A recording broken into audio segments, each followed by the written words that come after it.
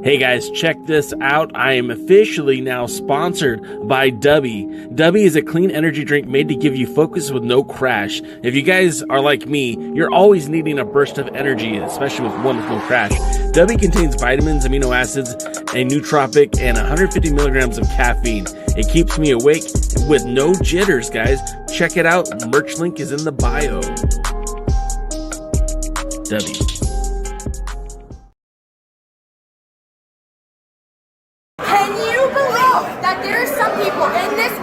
That did not tune in to the Alliance Vlog podcast.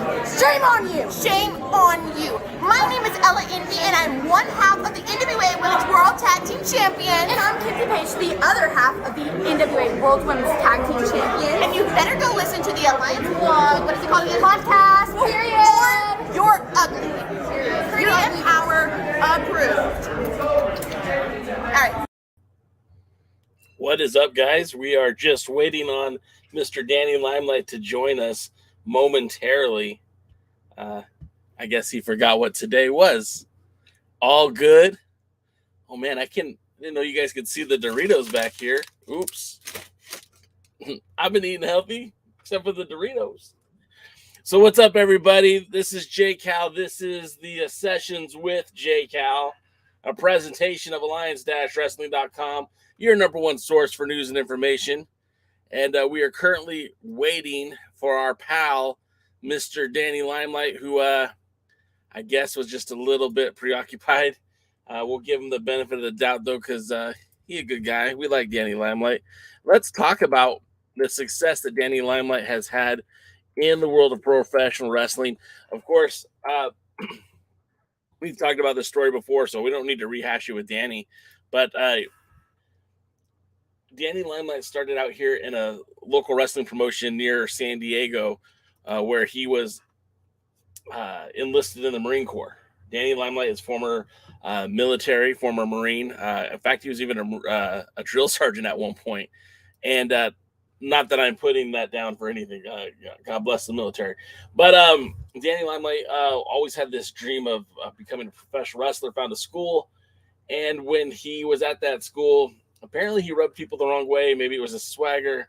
Maybe it was natural gift of gab. Maybe it's just his ability to get over in professional wrestling. And they actually kicked him out of the wrestling school. It's a real wild situation. And again, I don't know all the pieces to it, but A lot of people that I knew then and I know now were kind of shocked by that, because Danny Limelight, again, is such a prolific speaker, and he was learning the tools of the trade in professional wrestling. He was already pretty much ready to go, and he had started wrestling matches. And long story short, he took a booking in another town and won, and that was not okay for the promotion that he's working for. So long story short, Danny Limelight started looking elsewhere and started getting dates everywhere. Danny Limelight would start wrestling all across Southern California. And then it wasn't just California, because Danny started wrestling everywhere. And I mean, like, everywhere. Now, if you look at Cage Match, it has Danny Limelight wrestling some 259 matches since his debut. He didn't make his way into the Championship Wrestling from Hollywood until about 2016. And he joined Championship Wrestling from Hollywood as a tag team under the guise of Los Primos Rivera, which is Danny's last name, who was teaming with Gino Rivera. They would join Championship Wrestling from Hollywood as a duo and would wrestle as a tag team for a short time before Gino Rivera left the area. In that time, Danny would go on to wrestle for Baja Stars, wrestle for FCW Finest City Wrestling, would end up wrestling from some dates in Empire Wrestling Federation, UIPW, would get dates with The Crash. That's that Lucha Libre company. Tijuana has close connections to both AAA and Southern California Wrestling Promotions. Would spend some more time in the Empire Wrestling Federation, and really work everywhere he could in Southern California. As the time would progress, Danny would just keep plugging away, getting those dates. He would start showing up everywhere. And that's when he really started to take off, when he showed up in Championship Wrestling from Hollywood as a singles competitor. People really start taking notice of him. And if you go and look at some of his matches in the early days of his single run in Championship Wrestling from Hollywood, again, like, these are coming off of dates where he was working with The Crash, he was working in the local indies out here in Southern California. But then he really kind of doubled down on his Hollywood bookings around 2019. He had some great matches with Royce Isaacs for the United Wrestling Network television title, some great matches against Adrian Quest, competed in the PP3 Cup that year, and really started to kind of find his groove in the United Wrestling Network. And then, of course, when the pandemic hit, he was one of the featured members of the roster, that Championship Wrestling from Hollywood roster, where he and Papo Esco had formed the Bodega and really started impressing people as a tag team wrestler. It's kind of wild to think about what would have happened to Danny Limelight had he stayed in his original home promotion. He might not have ever really blown up the way that he did, but ever since, he's managed to find dates with AEW. He's ended up working, like we said, United Wrestling Network all over. He's worked in the Atlanta area, the Arizona area, and has been just popping up everywhere. He's even wrestled some matches in for Impact. He challenged Jake Christ in an Impact X Division scramble match 5-way with Ace Austin, Adrian Quest, Trey Miguel. Obviously, he didn't win that title, but he was there. He started competing for PCW, working with Santino Brothers, then was getting dates in Florida, ACW, again back in San Diego. He just kind of bouncing around, started working more regularly in Vegas.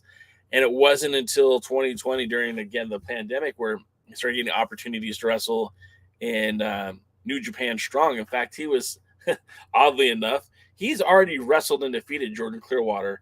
It was on episode 4 of New Japan Strong, Road to Fighting Spirit Unleashed, in the friendly confines of the Ocean View Pavilion in Port Hueneme, California, where he defeated Jordan Clearwater to be. There was no title involved, obviously. Both of them were relatively new to New Japan Strong, and that's when things started really kicking off. So I see you guys are talking about avocado, and I can't believe you say no to avocado. You just say yes. Avocado is amazing. the tag team of him and Papo Esco kind of took off. There were two Puerto Ricans. Did I say that right? Puerto Ricans. And I know Dave Marquez, who was also Puerto Rican, had a hand in putting that team together. They meshed so well. They brought in Slice Boogie, did the whole Freebird rule, whereas a tag team as United Wrestling Network Tag Team Champions, any member of the trios could defend the tag titles. Papo Esco and Papo Esco and Slice Boogie had defended the titles. Danny Limelight and Boogie defended the titles out in Atlanta. And of course, that's when that makeshift tag team, that 5150, kind of became more of a regular tag team. So after the defending the titles in Atlanta and again in Hollywood, they eventually lost the titles to Midnight Heat. They would go on to Danny Limelight and Slice Boogie would go on to wrestle for MLW. MLW, they had a short run where they win the tag team titles. It was a pretty cool moment as he was well, there's the man right there. We'll bring Danny on right now. Danny's in his car. So what is up, Mr. Danny Limelight? How are you, sir? Good, how y'all doing? Can y'all hear me and see me good? That's a dope jacket you're wearing. Oh, hell yeah. You know what I'm saying? Limited edition, one of one. You feel me? You're representing the brand right there. What's going on? Always. You know what it is, man. I'm out here representing United Wrestling, my home, So we were just I was stalling and I was talking about how you were able to we've because you've been on the show, like I think now you and Adam Pearce are tied for the most times on this show. That's a good person to be tied with, right? You Dave Marquez and Adam Pearce, and over the years, yeah, we've talked about your time in SoCal Pro. I'm just gonna come out and say, man, okay. You trained there, you got your ears wet there. And, yep. I'm one of these guys that believe everything happens for a reason. Mm-hmm. Me too. You left there under kind of negative circumstances, but ever since your career kind of taken off. What do you think would have happened to you if you would have stayed there? Like, and I'm not trying to put any talent down, but what would your career trajectory look like? Honestly, man, let's look at it like this, because you know what? I have a lot of people, not a lot. I have some homies that I still got mad love for that came from there, like Jordan Cruz. Jordan Cruz was originally from SoCal Pro. Jew Diz. SoCal Pro. SoCal Crazy. SoCal Crazy trained me. He's the one I give the most credit to about the stuff that I learned while I was there. Hunter Freeman. But really, I can't think of anybody else, one. And two, out of everybody that came out of that school, and this is not me trying to sound cocky or anything like that, but we're going to call a spade as we're talking about it anyways, right? Yeah. I've done the most in this business by a fucking mile. And I think that Jew Diz is going to have a great career. I think Jordan Cruz is going to have a great career. But I started after Jew Diz, but I got a lot of love for those guys. I think they're going to have great careers. I think they're great wrestlers. They have a bright future. But yeah, I think that if I would have stood in that school, I'm not going to sit here and say, nothing would have came, because I always feel like I was destined for more than just independent wrestling. Like, I never knew what independent wrestling was. We've had this conversation before. Like, I never knew what indie wrestling was. I wanted to be on TV. So eventually I would have got to United Wrestling, or back then it was Championship Wrestling from Hollywood regardless. Yeah. I think me leaving the school got me there faster. I think Marquez grabbed me faster because of the circumstances. Very well. And let's be honest. Dave Marquez, one, never strayed from controversy, and two, is a little bit of a shit stirrer himself. You know what, man? I love Dave, and I say that. Right? I love that man because he's never done me wrong. I hear people talk, and I've been in plenty of locker rooms where people have mixed feelings, mixed emotions to say. They talk about exposure bucks. I'm going to tell you one thing right now. I'm not getting paid exposure bucks there. You know what I'm saying? Yeah. Let's be real. I'm not getting exposure bucks. When I started, sure. But it was those exposure bucks that taught me how to wrestle on TV. I'm a TV wrestler. You don't really see me on independent shows like that. One, because your favorite indie wrestler probably don't like me and don't want me on the show. And two, because I probably said no to the promoter anyways. Yeah. I want to wrestle on TV. That was always my goal. So I wouldn't have stood in that school long anyways. And I think that, of course, I strive in adversity, whether it was in pro wrestling or the Marine Corps or growing up in New York. Like, I think that kind of pushed me forward. Yeah. But if you remember correctly, I took a break for 2 years after that. Yeah. And it wasn't until I came back and went back to United Wrestling and started, I did the New Japan tryout. I made my debut in New Japan. Then I went to AEW, then MLW, like things just started rocking and rolling for me. And I think that, as I said, time and time again, a big part of that is credit to David Marquez, because he gave me the chance when no one wanted to book me. He gave me the chance when I came back to wrestling and put me on TV. And the amount of money he spent on having me on his TV program for the last 7 years, something I'll be forever grateful for. I know how to wrestle TV because of his show. Whether people want to admit it or not, the things you learn at that company, how to work the cameras, where to find the red dot, how to cut promos for TV without having to curse, like all that stuff, like I learned there, and I don't think I would have learned that at SoCal Pro. You know what I'm saying? Sure.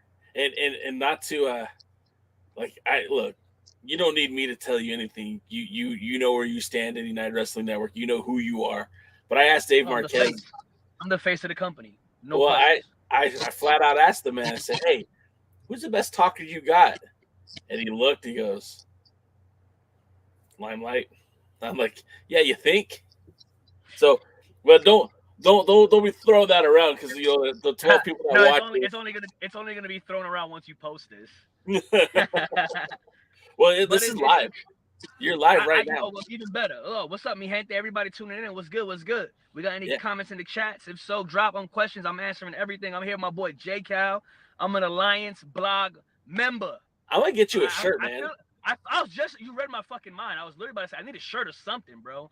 Well, I need to start rocking them. See, I wanted to get you one for Sunday, but I won't get one fast enough. But maybe we get you one for January. Yeah, for the Red Carpet Rumble. Let's see. I plan on beating Jordan Clearwater, and I plan on facing Eddie Kingston at the Red Carpet Rumble. We'll get to all that, but we'll get to all that. Willie Bowen says, "I wish Danny Limelight was in the NWA. He could beat Scion for the National Heavyweight Championship." Do you follow the NWA at all? I know in the past we've talked about it. We talked about the junior heavyweight title, but there's a lot of obviously the junior heavyweight championship would be my first priority as soon as I would step through those doors. But we've talked about it. I know a couple of people there. Jordan Clearwater. As much as I hate the dude, and I gotta whoop his ass on Sunday, like he's doing some amazing things over there. He's a kid that I've wrestled once before in New Japan Strong, 2 years ago, and he's somebody who's evolved, who's grown, who's took his game to the next level, and I think that the NWA is a perfect fit for him. Me personally, I've never been contacted. I've reached out, never heard back. So hey, maybe I'm not their cup of tea, but I'm also not a lot of people's cup of teas. I'm most of these people's shot of Hennessy, There's an expression I heard on this internet that I use for my wife all the time. It's like when people say, "You know what, you're a little too much for me," right? It's like, well, then go find less. Yeah, you know what I mean? It's true. Go find less. I would love to be there though. I would love to walk through those doors just for it's a historic company. I feel like I could have a lot of good matches with a lot of people there.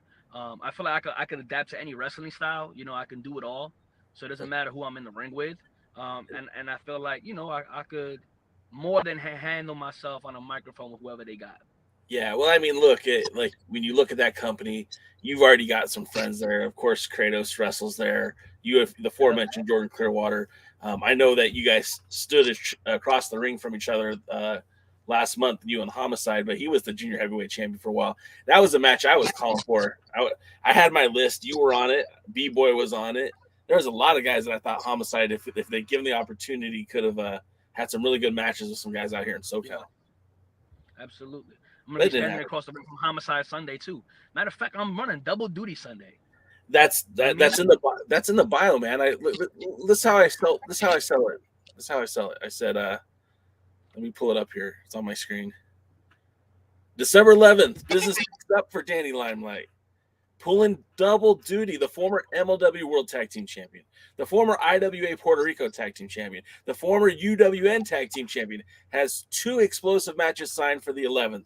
First, for New Japan Strong, Homicide reunites with Eddie Kingston to team with David Finlay to battle Team Filthy, Tom Lawlor, the newly acquired Bobby Fish, and Danny Limelight. Bobby Fish attacked Homicide in the closing moments of the matchup with Homicide and Limelight. That's kind of what sets the tone for this matchup. Win, lose, or draw, Danny Limelight then travels nearly 2 hours south to Irvine to wrestle the United Wrestling Network World Champion Jordan Clearwater. Clearwater defeated the former champion by way of the Red Carpet Rumble benefit. Clearwater has held that title for nearly 200 days and has been reinforced with Prince Nana's embassy. He's fought against the likes of Chris Adonis, Frankie Kazarian, Colt Cabana, and Carlito to keep that title. Danny's got a steep challenge ahead of him.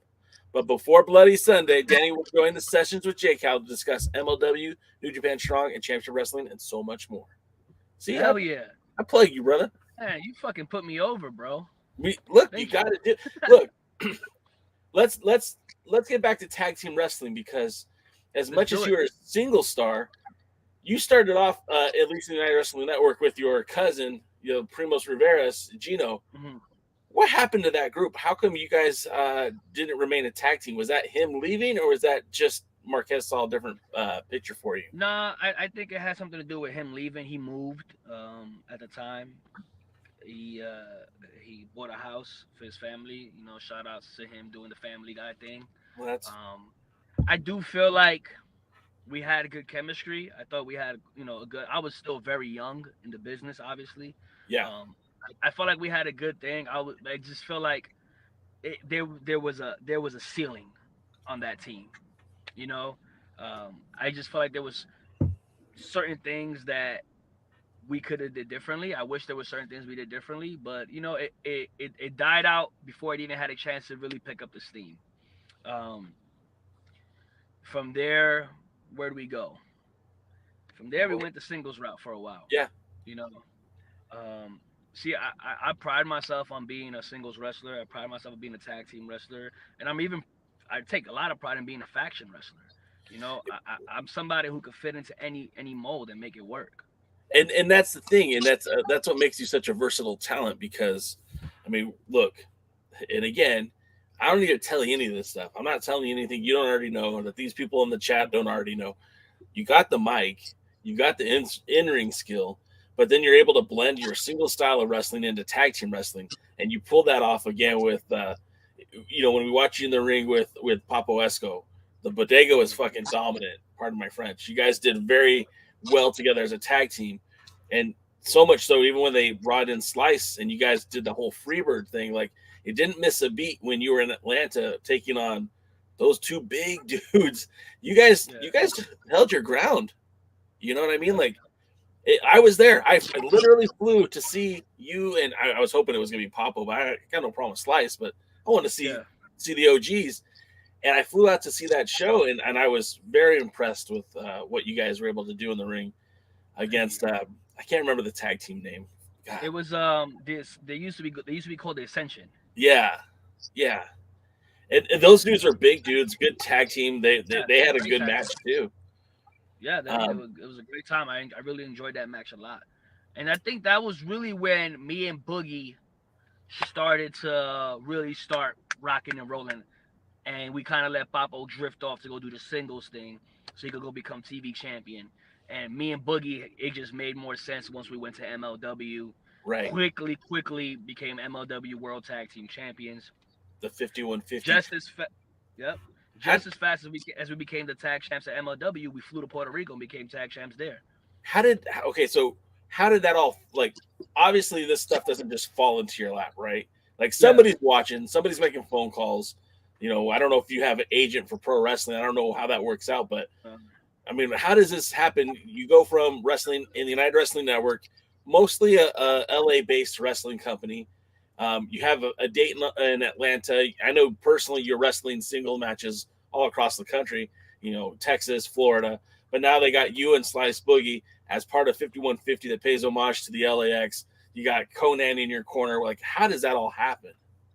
So my time with AEW had just ended. I was on the Tier 0 contract with AEW. And my time had ended there. And I wish things would have went differently, obviously. Sure. I think I was still dealing with some immaturity stuff. I was kind of like wanting to be partying and living this crazy wild. You've known me long enough. You know how I am. Like, I wanted to be out partying, doing certain things, and I kind of rubbed people the wrong way. I'm definitely one of those people that it takes time getting to like, like it takes some time to be like, all right, this guy's actually pretty cool. Because I do come across as arrogant and stuff like that. But I had an amazing time at AEW. I really always say thank you to Tony Khan and that whole team because they gave me so many opportunities to really show people who I was.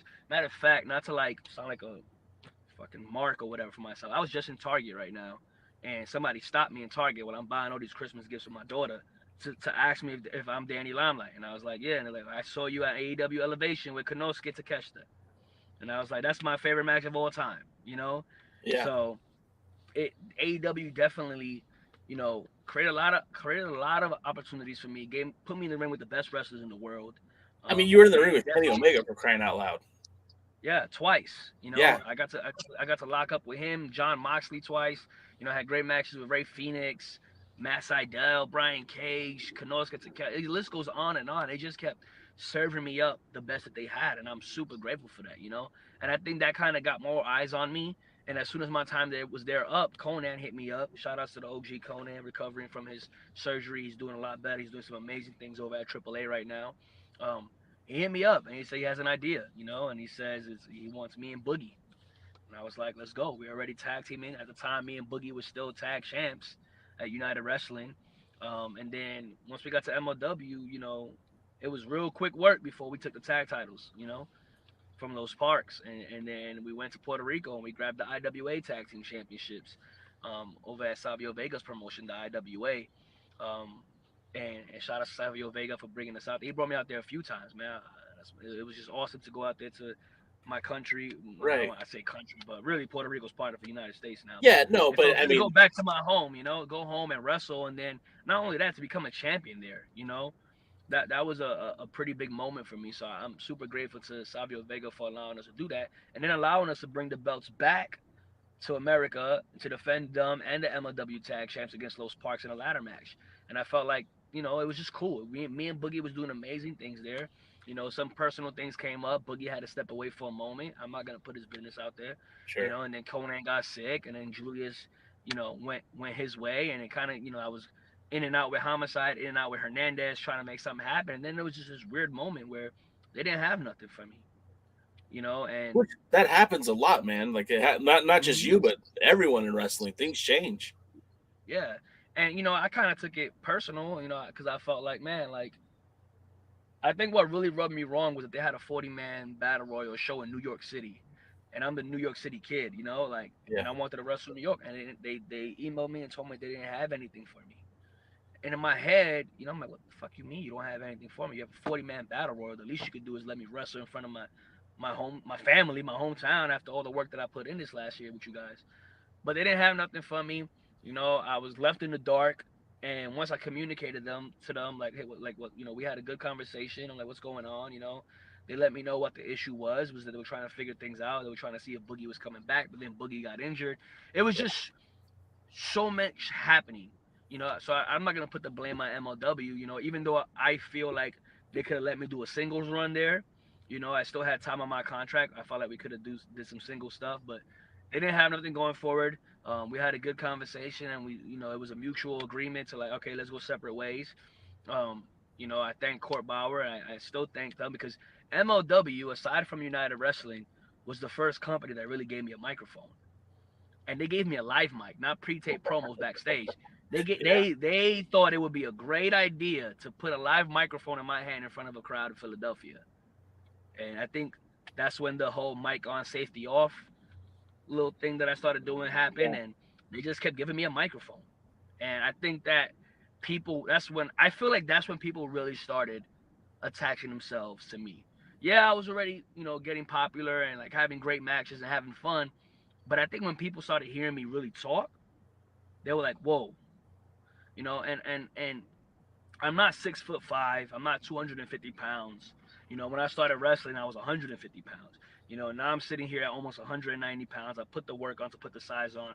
Right. I feel like I'm a complete package. You put a microphone in my hand, I could talk for 5 minutes off the freestyle, with no preparation.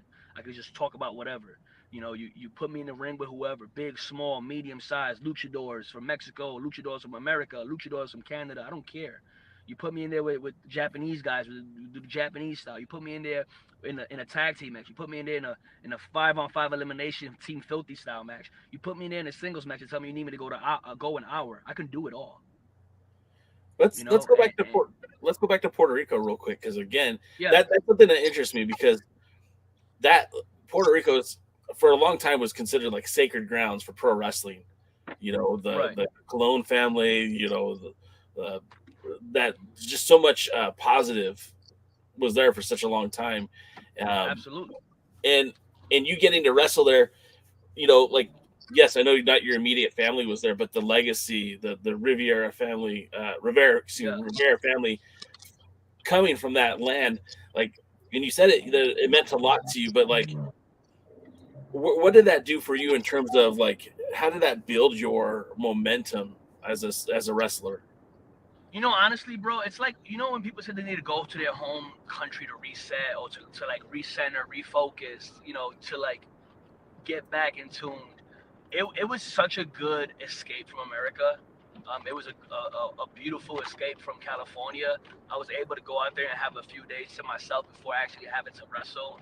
I got to party. I got to enjoy the island, enjoy the food, the culture, and just being able to wrestle in front of all these Puerto Rican people. Like, it was dope, man. It's hard to explain what the atmosphere was like, because it's, when I wrestle in Mexico, there's 5,000 fans there going crazy, throwing vessels at me because they hate me because I'm Puerto Rican, right? But then I go there and there's people welcoming me, loving me because I'm there. I had such a good time. And then being able to become a champion there, man, that's to me, that was like, okay, that's like one of those things where I'm going to cross off my bucket list. That's one of the things where I'm going to remember this moment, and it was even better that I got to do it with my brother Slice. Me and Slice and Papo, the three of us, we have a really good relationship. I feel like I'm closer to Slice just because I've spent more times on flights and hotels and shit like that with him, traveling the road for MLW and IWA and stuff like that. We've been to Mexico, we've been to Puerto Rico together, we've been to a bunch of states, So I feel like my bond is closer with Slice, but I got a lot of love for Papo too. That's the OG, but being able to do that with Slice, to me, that was special, Yeah. Now I'm hoping one day we could go, all three of us, me, Papo, and Slice, and go whoop some ass out there, So I was going to ask, is the door still open for you to make a return to Puerto Rico? Of course. I was actually just talking to Savio about some stuff the other day. I think that depending on how Sunday goes, I'm planning on walking in with nothing and walking out with everything that matters to me, the United Wrestling Network World Heavyweight Championship.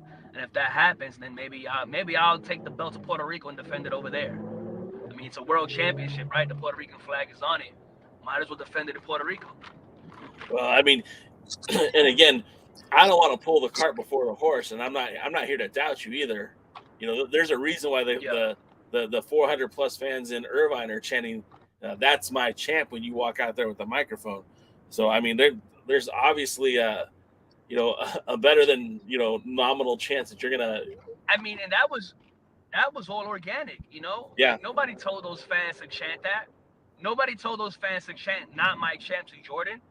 We've been telling the story for over 6 months now. From the minute I changed from heel to face, once that flip was made, the fans were behind me, and Jordan has done such a great job. As much as it pains me to say, he has his shady tactics and stuff like that, but I'm somebody who's very familiar with shady tactics. I've won matches plenty of different ways. I've won championships plenty of ways. I've defended championships plenty of ways. So I get why Jordan feels like that's the way to go. And I respect his ambition. I respect his work ethic. I respect how he's doing it not only at United Wrestling, but at NWA. You know what I'm saying? Yeah. I respect the opponents that he's beaten to stay champion, because he's not wrestling Joe Schmo from SoCal Pro. He's beating Frankie Kazarian. He's beating Chris Adonis. He's beating Colt Cabana, Carlito. And some of those guys in their own right, Colt Cabana is former 2-time NWA World Heavyweight Champion. Frankie Kazarian, Ring of Honor Tag Team Champions, Impact champion, first ever AEW Tag Team Champion. Carlito's United States champion, former tag champion. I think he was an Intercontinental champion before. Chris Masters. Like all these guys that he's beaten were somebody in this business. And I said it in a promo, he's beaten people who were somebody. Yep. And I'm the person that everybody wanted to be a nobody in this business. That was undeniable. You know, I got a lot of love for Carmelo Hayes at WWE. There's one thing he says on Twitter, he tweets it, and I'll read it, and I'm like, that's the fucking mindset. He wakes up and he says, I woke up and chose to be undeniable. And that speaks a lot on who he is. And hopefully one day me and Carmelo Hayes will get in the ring and throw down. But that him saying that I woke up and chose to be undeniable, that's how I look at it. You know, I'm choosing to be undeniable. Nobody expected me 7 years ago when I walked through the door to be the future United Wrestling Network World Heavyweight Champion. Nobody. I've been one of your biggest advocates, and I never thought that was going to happen. And that's not me shit talking. It's just what it was. And it's just what it is. How many people come into this business and last more than 5 years, last more than 1 year? How many people become a champion? How many people ever wrestle on TV? You know, the odds aren't favorable for that. But I did it. I chose to be undeniable. I chose to hit the weights. I chose to up my game. I chose to get in the ring with the best wrestlers. I chose to put it out there every time. I chose to grab a microphone and speak my truth. Put myself in this position. Do you think? And I'm kind of just jumping everywhere now because we're just all over the place. But that's cool. That's fine. These are more relaxed interviews. It's just two dudes talking and the people are listening in the chat. Yeah. Do you think your opportunities in Hollywood enhanced your pro wrestling, or do you think your pro wrestling introduced these opportunities in Hollywood? Which came first, the chicken or the egg? Shit. I think pro wrestling helped me as an actor and a stuntman for sure. It got me more confident in front of the camera. I was always confident in front of the camera. Like, I was never camera shy, nothing like that. But I feel like the confidence that I gained from being able to do it all in one take live, you know what I'm saying? In front of fans, in front of people where you don't have, you know, you can't mess up because then what do? You know what I'm saying? But now that I've been taking acting classes and I've been working on more bigger sets, you know, NCIS, Netflix, things like that, I feel like now that's also helping me with the professional wrestling, with the timing. You know, timing is very important in wrestling, you know, and it's not just timing in the ring, it's timing in the microphone, it's timing when you're, you know, moments in between. I feel like the wrestling helped me get that, and now that in return is helping me understand wrestling more. You know, I watch my matches not because I love myself. I do love myself, but I watch myself to like really study. What am I doing? What should I have done here? What did I do there? And I'm noticing now when I watch my matches at AEW, I miss so many moments. So many things that I could have done when I was at AEW, the in-between moments that I skipped over, that I get now. Part of it was because I was still trying to figure out who Danny Limelight is in the ring. That was a really big part. And my mindset was, you know, I want to show how athletic I am. I want to get all this off. I want to, you know, get my shit in like my boy Brian K says, right? And I was missing the moments. I had great matches. I was the most looked forward to, I believe, on Elevation and Dark when I was on it. People were really looking forward to my matches because they knew they were going to have a good show. But when I got to MLW, and then also when I really started working with Aaron Stevens at United Wrestling, he was the one that said, once you figure out who Danny Limelight is, who Danny Limelight Rivera is, who Danny Rivera is, it's going to become so easy for you. And is that where you're at now? I didn't understand. You know, I'm like, but why do I need to do that when I can just do this backflip off the, you know, like when I can just do this, when I can just show how, you know. Then between the work that Aaron Stevens put with me and then the work that I was doing at MLW with Boogie, I became so comfortable in the ring, which is being Danny Limelight. And maybe it was because when I got to MLW, they said, you're Rivera now. And they didn't want the Danny Limelight name. They just wanted Rivera. But it's crazy because somehow I started as Rivera, and by the time I left there, I was being announced as Danny Limelight. Yeah. You know? But I feel like when I got there and I really started playing with this character, I was like, you know what? I'm who? Yeah, that's facts. Danny has grown leaps. Thank you, Media M5. It's our boy Mike. Sometimes known as Mike. What up, Mike? What's goody? Yeah, but I really got comfortable with the character, with who I am in the ring, and now I sound like that old man in the locker room telling the guys, it's the in-between moments. Take your time. You don't need all this stuff. You know what I'm saying? Like, I catch myself telling people the same things. Well, just as an observationalist, as someone who's been at quite a few of your matches in the United Wrestling Network, watching you go from move, move, move, move, move. Like now you see that, you take that minute, you do the shimmy, you kind of pay homage to Eddie Guerrero. You build off the fan base. You know, you're not just hit that move. All right, now hit the next move. Like you kind of soak it in, and that's like, you know, I take my time. I'm on TV. I got a pretty ass face. I take my time.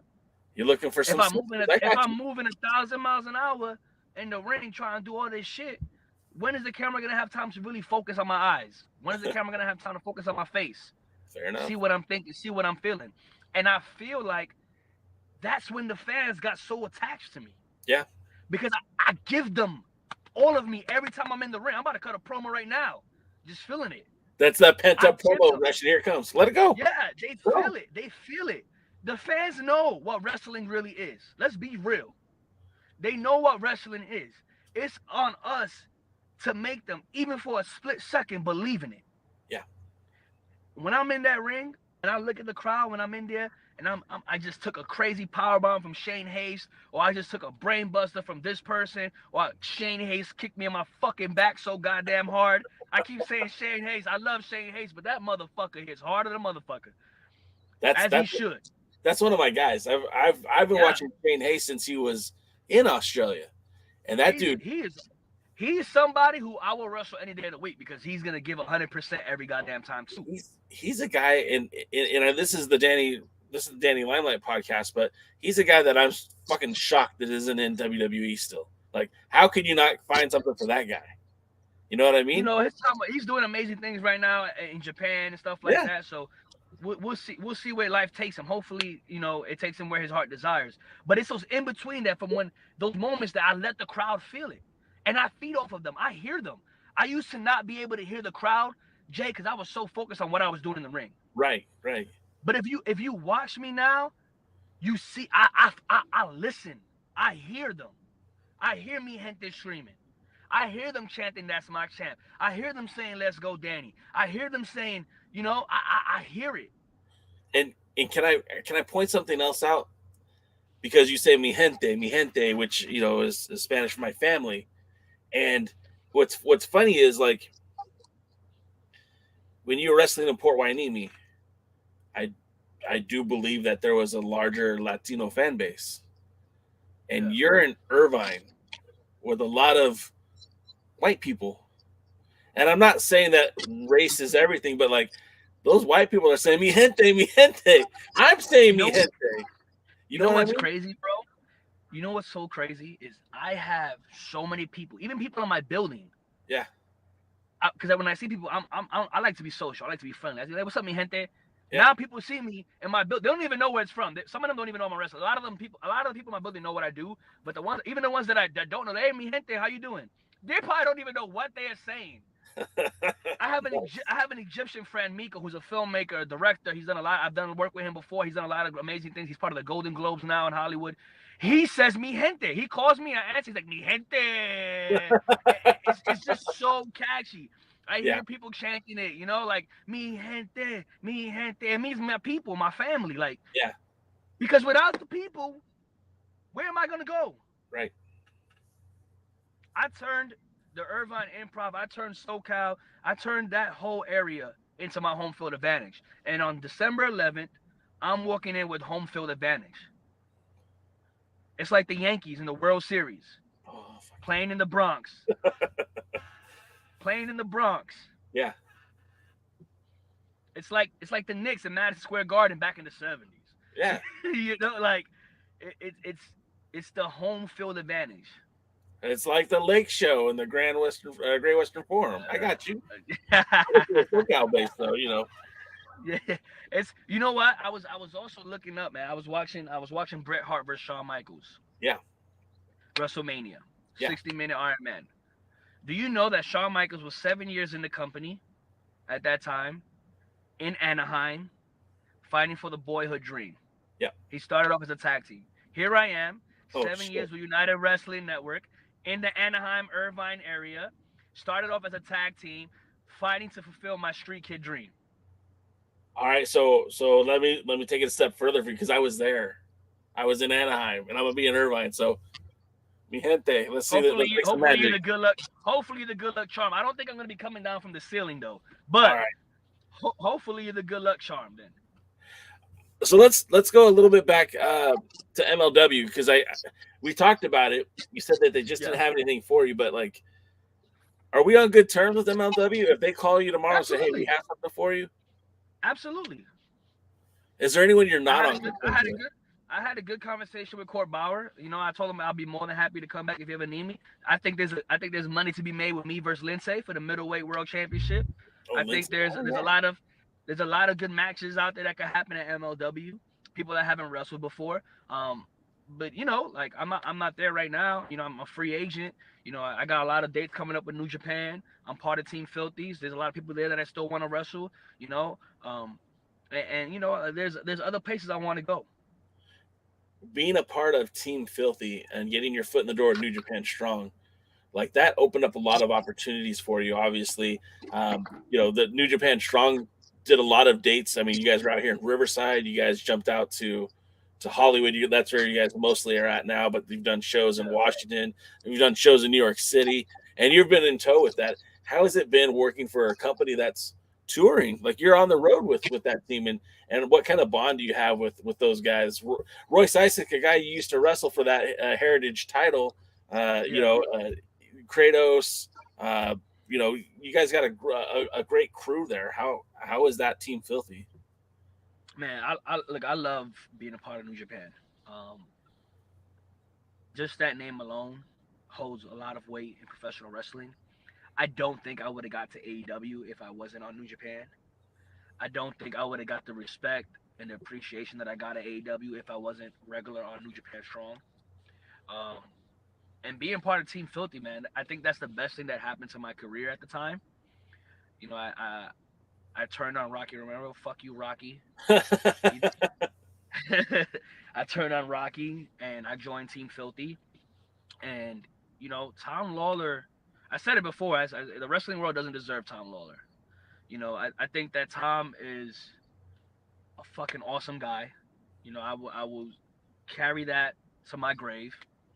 Kratos is a beast. And in the West Coast Wrecking Crew, Royce and Jarrell, a great tag team. You know, they're all over the place too. All of us are all over the place. Yeah. And I think that what we have is so different compared to every other faction in New Japan. You know, we're the rascals, like not the rascals, but we're like that, the black sheeps of the family. You know what I'm saying? Yeah, yeah. Like we're the riffraffs, we're the filthy animals. You know what I'm saying? And our bond, man, after shows, we go out for drinks, we go out for food, we have a good time. I once took Tom Lawlor to a strip club. It was awesome, you know. Bleep that part out. I saw you and Tom, you know, that's the other interesting thing. Like you're in this group where there is an established tag team, you know, West Coast Wrecking Crew, former 1%ers, whatever you want to call them. Yeah. That's the tag team. But you and Tom were out there in Vegas working at FSW as a tag team. And it would be the first time to see you or Tom team with Kratos too. Yeah, I've teamed with Tom. I've teamed with Kratos. I usually mostly team with Kratos on Strong. I have teamed with Tom a few times.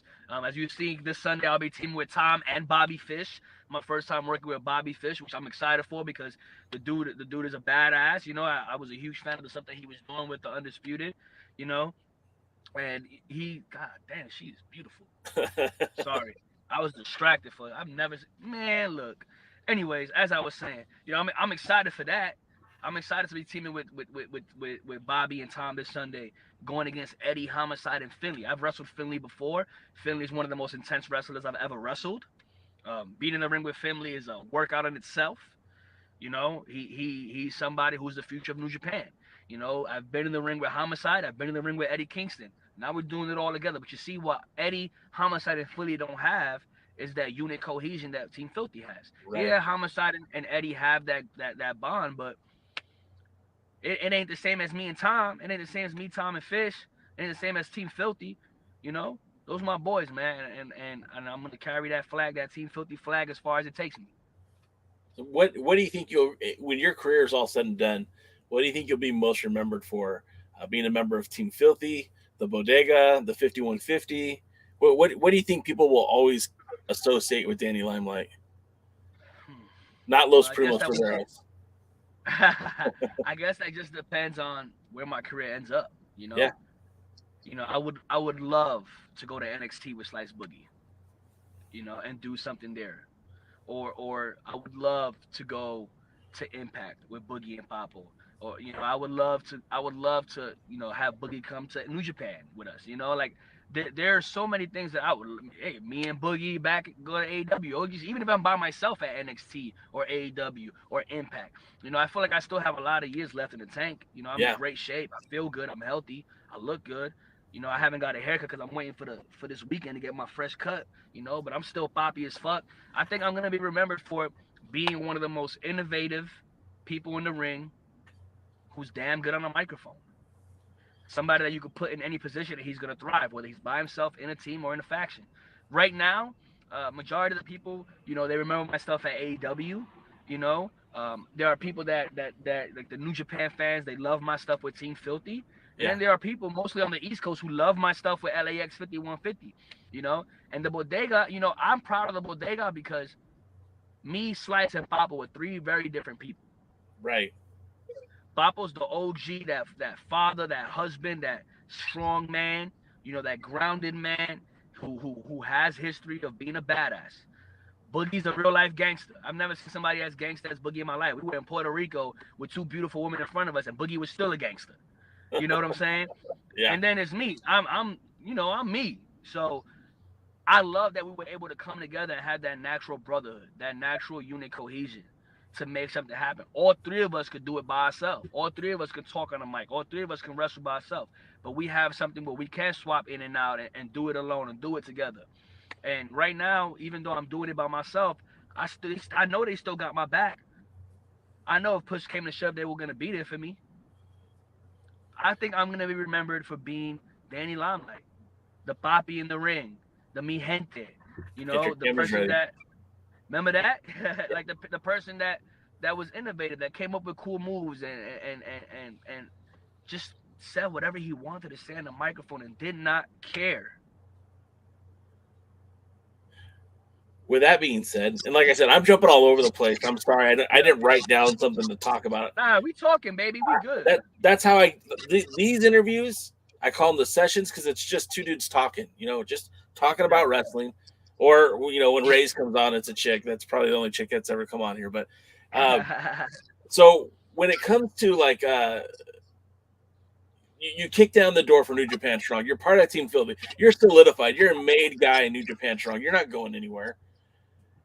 Has there been any discussion or any opportunity or anything that sends you across the Pacific, maybe for a Best of Super Juniors or anything like that? Like, has there been any discussion? I haven't heard anything yet, but I'm hoping soon. I'm hoping to go out there to Japan and go see what that life like. I mean, I lived in Japan when I was in the Marine Corps, so I know a little bit of something about Japan.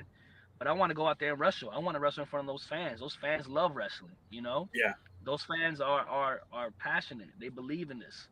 They want to see new talent, and I feel like if I went out there for a tour, I think I'd have a great time. I think I'd have some great matchups with some great talent out there, and I look forward to it. Hopefully soon, I'm just gonna assume something here, and you could correct me if I'm wrong. You and Tito are good, right? You guys are okay, right? Bad dude Tito. Yeah, I love Tito. Yeah, I love Tito too. I'm actually look. I don't know. He laughs and shit like that when I tell him, but I'm super proud of him. Oh yeah, he's somebody who finally got his chance. I'm gonna say it like this: like, who am I, right? I'm just a guy that watches wrestling, talks about wrestling. I try to push you guys over the best that I can on my YouTube and on my Twitter and my Instagram. But I walked up to Tito after the last the last championship wrestling show. I said, God damn, man, I am so proud of you. I am so proud to see you in the UK representing TMDK. I'm in Japan representing TMDK. Brother, that's amazing. And I don't know if that's in the cards for you, but man, I'm hoping it is. I want to see you. I want to see Team Filthy out in Japan. I want to see you Hell yeah. wrestling for that junior heavyweight title. At the very least, being a part of the Super Juniors. You know what I mean? Like, it's a perfect place for a guy like you. Hopefully soon. Hopefully one day. I got another question I'm monitoring the chat. You know, everyone loves you and Boogie. They love the dynamic. A lot of the guys There's a saw lot of you. people. Hold on. Let's see. The Bodega could beat the Fixer. Damn, this Portland off the hook. My girl, I was at that show. Danny killed it on the mic. Danny versus Kerry Morton. I don't know if Kerry want that smoke. Danny versus Kobe. Leaps. Danny worked magic. Stan Island, being talent from New York City. I know me some Puerto Rican. Shout out to everybody in the chat. Wrestling with the MMA. I've only been asked to take a tweet down on Danny's the one who asked. I posted something about this on NCIS.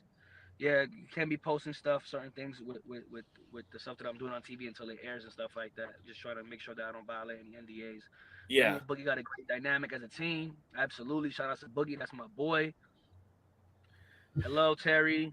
Bodega is awesome. Shout out to Willie in the chat. Hell yeah. Shout out to everybody in the chat tuning in to the Lions blog. We here. I'm in my car. Just did some Christmas shopping for my daughter. I'm not gonna keep you a whole lot longer because you know I only I ain't in no rush, man. Yeah, What- you good. I ain't in no rush. Let's get to the big talk. What about the ECWA, the Super 8 that they do every year out in Jersey? Is that something you've ever wanted to be a part of? I'm down, man. Any opportunity, especially if it brings me to the East Coast, that'll be cool to wrestle on the East Coast. I haven't been there. I haven't been since I wrestled Eddie Edwards in Rhode Island. The last time I was on the East Coast. What is it like working with Ray Phoenix? That's my boy, man. Shout out to Phoenix. Animo. That's my boy. That's mi gente. It was a great match. You know, I've known Phoenix since 2016 on the Indies. Then obviously in Tijuana, I've known him. We met a few times out there. But I think my time at AAW, me and him grew pretty close. I was on his shows out here, the Republic of Lucha shows out here. Yeah. I had a good time with those. Those are some awesome shows. Shout out to Phoenix. Shout out to Penta. You know, they're doing amazing things right now. The Trios champ. Yeah. I knew they were gonna kick ass though, man. You know, those dudes are super talented. What about luchadors in the world?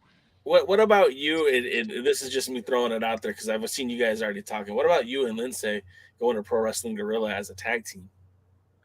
That'd be cool. We call it PDs.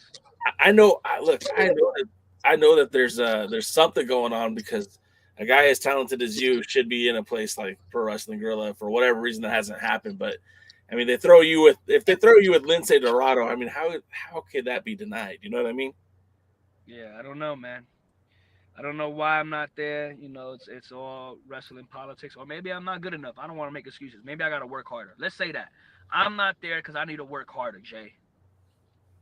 I mean, look, whatever you need to say to get you in the right mindset. I mean, it's almost criminal. You know what I mean? But that's just one guy's opinion.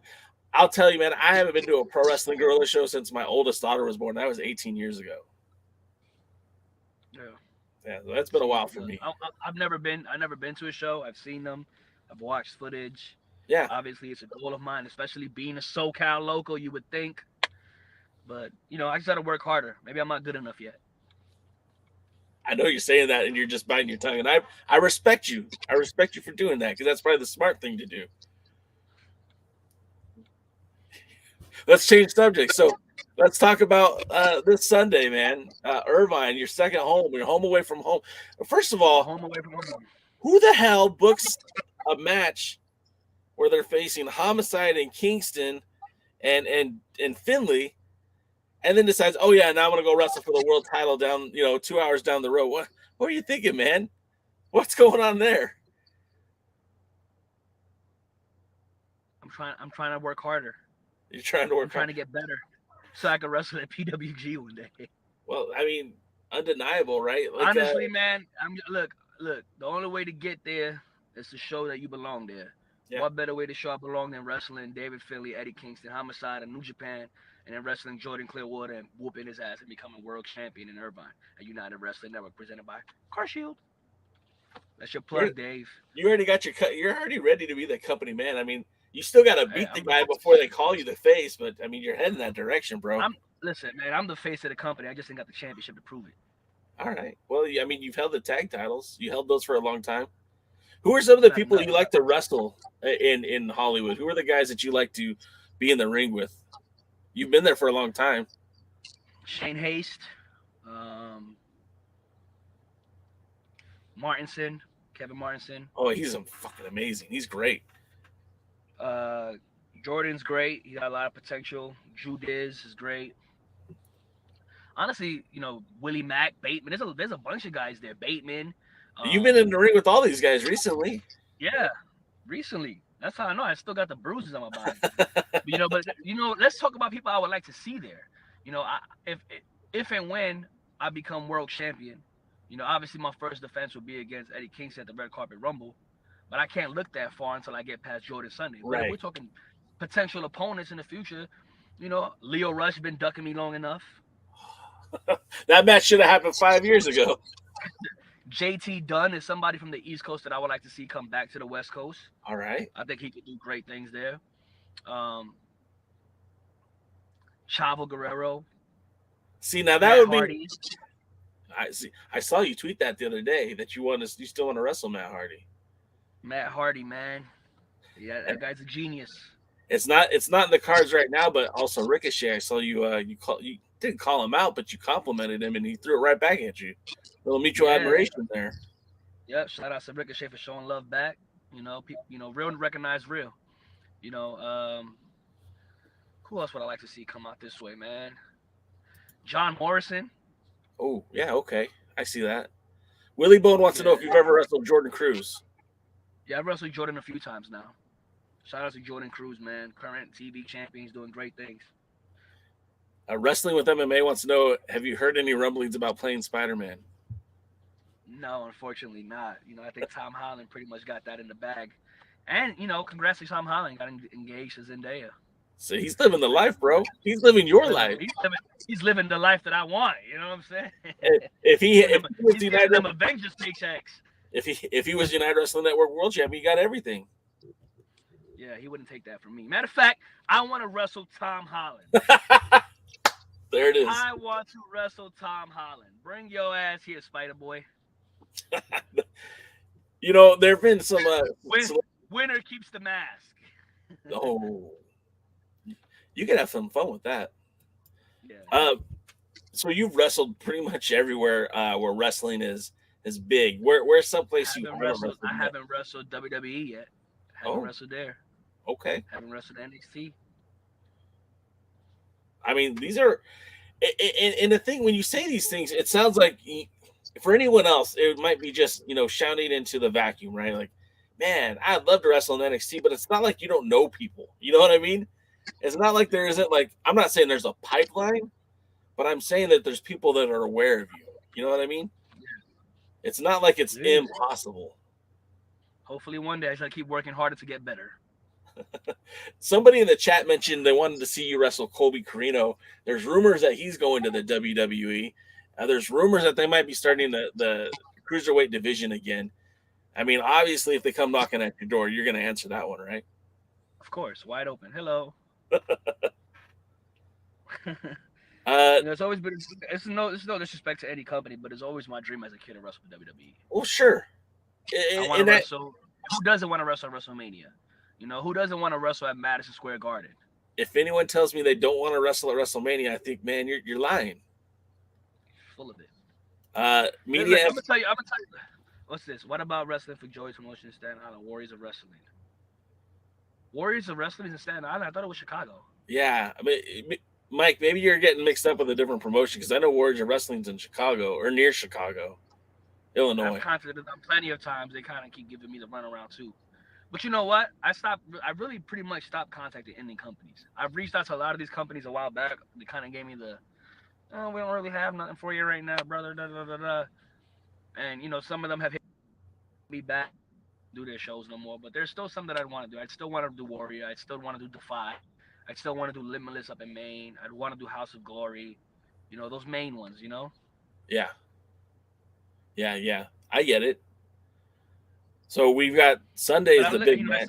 I always say WWE is where I want to go next, because there's a lot of guys that I've never wrestled that I want to wrestle, I'd want to wrestle Ricochet. I'd want to wrestle Ali. I'd want to wrestle Carmelo Hayes. I'd want to wrestle. Fuck, who wouldn't Santos. want to wrestle Sami Zayn? Yeah, Santos. Like there's a lot of people that I've never wrestled before that are there that I would like to wrestle. Yeah. Did you miss? But yeah, like you were saying, the big match. Were you just a little bit too late to get to that Lucha Underground? Because that seemed like it would have been a good place for you to be too. I would have loved it there. Yeah, I think I had just started wrestling when that kicked off. So Sunday, I mean, obviously the big match. You got two really big matches. Obviously, one of them is for a title, and that to me is significantly more important because as a title. So this title right here, this company means everything to me. I'm wrestling for the title. Dave Marquez is somebody who put you over, who gave you opportunity. What would it mean for you to be his champion? I mean, look, I've seen the list of names he wanted for that belt initially. Like this didn't happen overnight. This has been in the works for 12 years, and there's some amazing names that he wanted to be champion. Obviously, things didn't work out the way he wanted. I'm not going to disparage anybody else, but Jordan Clearwater has had a great run with the championship. What does it mean to Danny Limelight if his name goes underneath that placard, Limelight on the belt? It means a lot, bro. It means everything.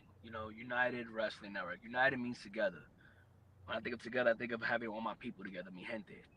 I think of everybody coming together as one. I'm fighting as the underdog, man. Jordan calls me Daniel in his promos. He says he's the mountaintop. I'm at the bottom looking up at him. I'll never get there. He's just another figurative metaphor for what the system is and what the system has always been for me. Whether it was when I was in the military, whether I was in A or B or C company, there was always a system that looked at people like me and said, I would never get there. I would never be that person. And I'm pretty sure if you line me up with all the other talent in United Wrestling Network a year ago, maybe even a week ago, I wouldn't have been the one you picked. Now, a week ago, you would have picked me. But what I'm saying is when that belt, I wasn't even in the initial tournament for the belt. I wasn't even I probably wasn't even a thought for the tournament. You know what I'm saying? And to get to this moment where I fought through the Golden Opportunity tournament and I beat some amazing talent who have wrestled everywhere. Shane Hayes was there. He was at WWE, New Japan.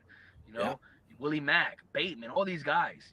Bateman, Ring of Honor, New Japan, Willie Mack, AAA, Lucha Underground, Impact. New Japan, you name it, he's been there as well. MLW. I put myself in this place. I put myself in position to have this opportunity because this company meant so much to me. It's not bullshit coming out of my mouth. Right. I don't wear this shit just to wear it. Like I give this company so much credit to where I'm at in my wrestling career. Because if David Marquez and his crew did not give me a chance when that company kicked me out of their school, I would not be wrestling. I would not have been able to afford the life that I live now through wrestling. Yeah. I made a lot of money wrestling last year, the last 2 years, since the pandemic. I had a job during the pandemic because of wrestling. That's crazy in and of itself. And it started here. I became a TV wrestler because of this company. Yeah. I traveled the world because of this company. Maybe not on the road with United specifically, but where do you think I met Rocky Romero at to get my New Japan tryout? Right. At Dave Marquez's company. Who was directing and producing at MLW when I was over there? David Marquez and his crew. Be the champion for this company because this company means everything to me. It's not a game. It's not just words coming out of my mouth. I fucking bleed this shit. Yeah. I don't let nobody talk bad about this company. I don't let nobody talk bad about David Marquez. I don't let nobody talk bad about anybody at United Wrestling when I'm around. It's not because I'm a kiss ass, because I'm about as real as it fucking gets and far from a kiss ass. I've seen it firsthand. Because I'm loyal as fuck. I'm loyal as fuck, and I owe this company my wrestling career. So now I'm going to become the champion. That's. I mean, like, look, man, you're preaching to the choir here. We're all waiting to say that's my champion on December 11th in Irvine Improv. Tickets are still on sale now. You can get them at I think it's on the United Wrestling Network website. I'll put the link in the description later. But obviously, this is going to be a big night for you on two fronts. Just a few more questions because we're running out of time. But I know that you wrestled in the auditorium in Tijuana. It's one of my favorite wrestling venues I've ever been to. Unfortunately, I didn't ever get to see you there, but I've been there. I got to see a lot of cool wrestling take place there. That's a very historic building, of course. To Lucha Libre, it's a very historic building. What was it like when you stepped into that venue? Man, I was so young in the business. It was 2016. Conan was the one that brought me in, and I opened the show that had Hijo de Santo in the main event. Phoenix was on that card. Lindsay was on the card. That's when I first met Lindsay. Penta was on the card. Willie Mack was on the card. Um, Black Taurus was on the card. Ray Horace was on the card. Puma King was on the card. And I think the opening match was me versus Douglas James. Yeah. And it was 5,000 people there screaming. And at that time in my life, that was my WrestleMania moment. At that time in my life, I said, if I never wrestle again, this is enough for me. Have you ever wrestled in a venue bigger than that? Like, have you been more than 5,000 at a venue? No. I mean, because I was there. New Japan had good numbers before, and DC, New Japan had a good amount of numbers. AEW had some good numbers when I was there. Right at the end of the pandemic, before I left there, I got to wrestle in front of a live crowd. I wrestled Uno, I think, in front of a live crowd. That was fun. But yeah, no, even MLW, when they used to pack the 2300 arena in Philly, used to be super loud out there and stuff like that. But I think the most capacity will be that building. I was lucky enough to go to the building September 15th, 2020. We're still in the middle of the pandemic, or no, excuse me, 2021. Excuse me. We're still in the middle of the pandemic, and that place was rocking and rolling. There was so many people in there. I loved it.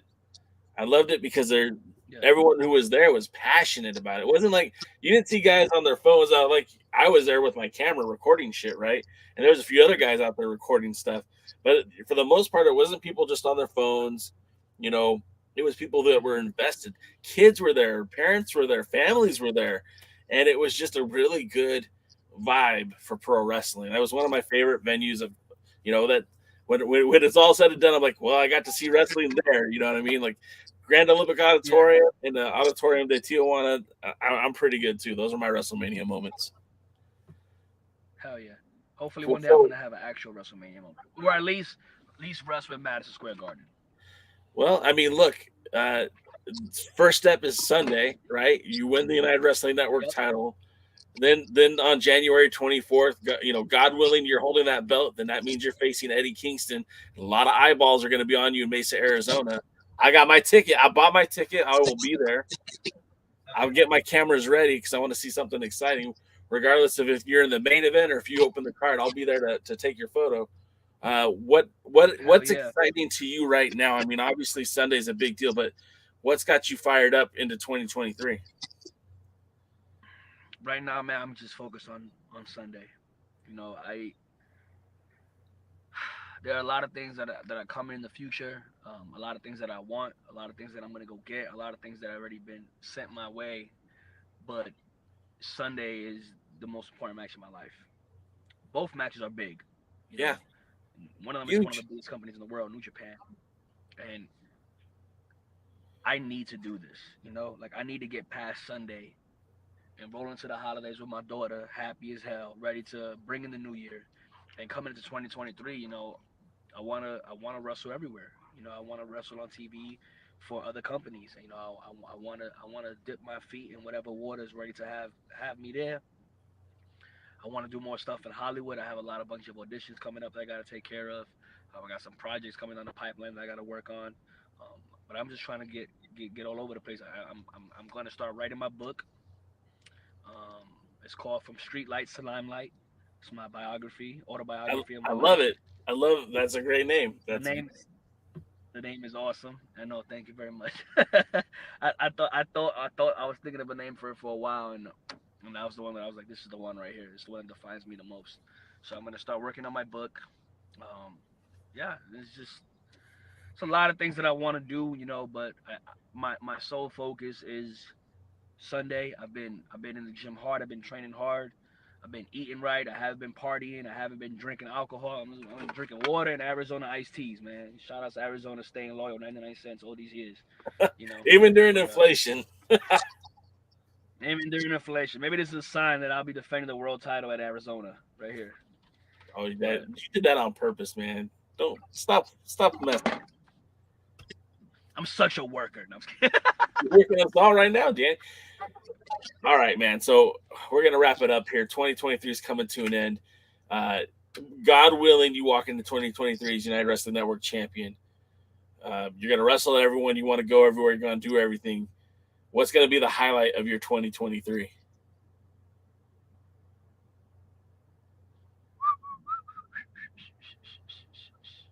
Signing my name. That's beautiful. All right, man. Well, good luck. I'll see you on Sunday. We're gonna have a hell of a time, because I know. Thank you so much for this, Jake. Yeah, we're gonna get you a hat too. Do you want a hat or a T-shirt? What do you want? Oh yeah, look at this hairline, man. I ain't got a haircut in like 2 weeks, so I need to definitely that. I got beanies. I'll take both. Let me get a beanie. I'll wear a beanie in the gym. All right, I'm gonna get something sent over. If you got a shirt, obviously, I'll get a shirt. But if you only got beanies, I'll take a beanie, man. No, I mean, I don't got nothing right now, but I'll get you something. Get it to me, Poppy. All right, man. Well, then we're gonna wrap it up. Happy Christmas, Happy New Year. I hope that the sky's the limit for 2023 for you. I think you already know that. We'll probably have you on sometime in 2023 to talk about all the awesome things that have happened to you and everything that's going to continue to happen. But we'll wrap it up here. You're my friend. You're my gente. Wishing you nothing but the best in 2023, brother. Thank you, Jake. How much love. Shout out to the Lions Block for always having me. I'll see you guys soon, all right? Yeah. You have a good one.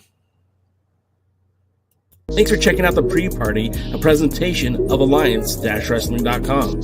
You should hit that subscribe button and join our community. I also want to remind you that we recap NWA Power every Thursday at 8 p.m. in the live stream. We try to stay social, so find us at the Alliance blog. And until next time, we are